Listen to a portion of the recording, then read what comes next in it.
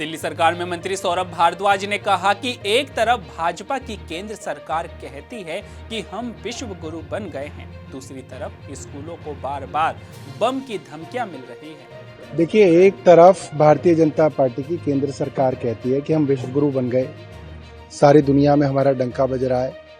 प्रधानमंत्री जी हर राष्ट्र के प्रधानमंत्री और राष्ट्रपति से सीधी बात कर सकते हैं। दूसरी बात, बार बार स्कूलों के अंदर धमकियां मिल रही हैं, पूरे के पूरे स्कूल खाली कराए जाते हैं, पेरेंट्स अपने बच्चों को स्कूल छोड़ के आते हैं, दफ्तरों से वापस स्कूलों में जाना पड़ता है, बच्चों को लेके आना पड़ता है। आप सोचिए किस दहशत में हमारे छोटे छोटे मासूम बच्चे जी रहे हैं। बच्चे माँ बाप से कहते हैं कि पापा आज बम स्कूल में मिलने वाला था, पापा सोचो अगर बम फट जाता तो हमारा क्या होता।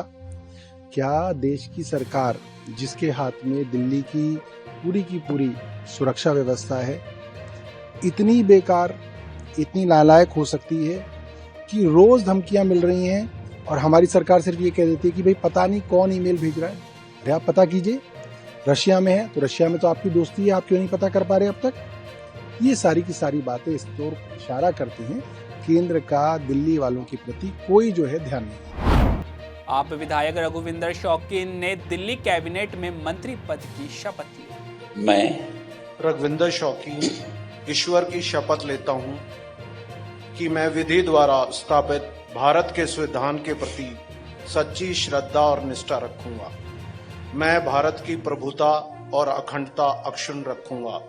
मैं मंत्री के रूप में अपने कर्तव्यों का श्रद्धापूर्वक और शुद्ध अंतःकरण से निर्वहन करूंगा तथा मैं भय या पक्षपात, अनुराग या द्वेष के बिना सभी प्रकार के लोगों के प्रति संविधान और विधि के अनुसार न्याय करूंगा। भाजपा सांसद और अभिनेता रवि किशन ने संध्या थिएटर में एक महिला की मौत पर अभिनेता अल्लू अर्जुन की गिरफ्तारी पर कहा कि अल्लू अर्जुन मेरे अच्छे मित्र और को एक्टर है। एक राष्ट्रीय पुरस्कार विजेता अभिनेता के साथ आप इस तरह का व्यवहार कर रहे हैं, यह सभी अभिनेता और फिल्म उद्योग के लिए एक काला दिन है। बहुत दुखद।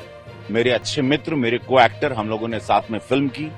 एक जेंटलमैन इंसान को इस तरह उनके घर से बाहर खींच कर लाना, उनके छोटे बच्चों के सामने, उनके बूढ़े माता पिता के सामने, एक नेशनल अवार्ड विनर एक्टर के साथ you are behaving like this is a black day for all the actor fraternity, for film industry, for all his fans all over the world.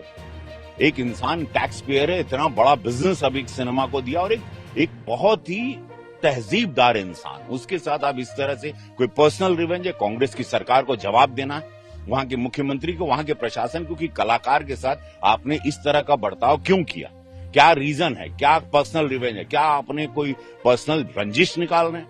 आज पूरे कलाकारों के लिए मतलब आज ऐसा लग रहा है कभी भी कोई खींच के लेके जाएगा कांग्रेस के स्टेट में जहां भी उनकी सरकार होगी, जस्ट बिकॉज आप, मुझे समझ में नहीं आता, बहुत बड़ा क्वेश्चन मार्क है और जवाब देना पड़ेगा। उनके फैंस जो पूरे इंडिया में नहीं पूरे वर्ल्ड में, उनको जवाब देना होगा, कापू समाज को देना होगा जिस समाज से वो बिलोंग करते हैं। तो ये एक बहुत ही बुरा दिन रहा और हर्ट हुए हम, क्योंकि मैं पर्सनली जानता हूं कि एक जेंटलमैन इंसान को आप उसको कपड़े पहनने नहीं दे रहे, उसको घर से खींच के जैसे कोई टेररिस्ट है। This is very sad day और वहां की सरकार को जवाब तो जरूर देना होगा कि उनको अरेस्ट क्यों किया गया। अब उस बच्चे पर, उस छोटे बच्चों पर जो दिमागी असर हुआ होगा अपने पापा के लिए, उसको कैसे मिटाएंगे। बेल तो उनको मिल गई, लेकिन वो जो असर, जो दाग, जो जिस तरह किए, उसको आप कैसे मिटाएंगे। कांग्रेस सांसद प्रियंका गांधी वाड्रा ने संसद हमले की 23वीं वर्षी पर कहा कि मुझे वह दिन याद है जब मैंने सुना मुझे अपनी मां और भाई की चिंता हुई जो इसके लिए शहीद हुए। जी, मुझे याद है वो दिन जी, क्योंकि जब मैंने सुना तो मैं अपनी माँ और भाई के बारे में चिंतित थी, तो मैंने फोन किया। बोल रही है मैम, आप क्यों ऐसे कर? उस समय संसद के शायद अंदर ही थे, अगर मेरी याददाश्त ठीक है तो बट किसी ने कहा कि सही सलामत है, ठीक है। मुझे याद है वो दिन, और जो शहीद हुए इसके लिए, जिन्होंने सुरक्षा की संसद भवन की, उनको हम सब की श्रद्धांजलि और उनके परिवारों को भी अपनी तरफ से आभार।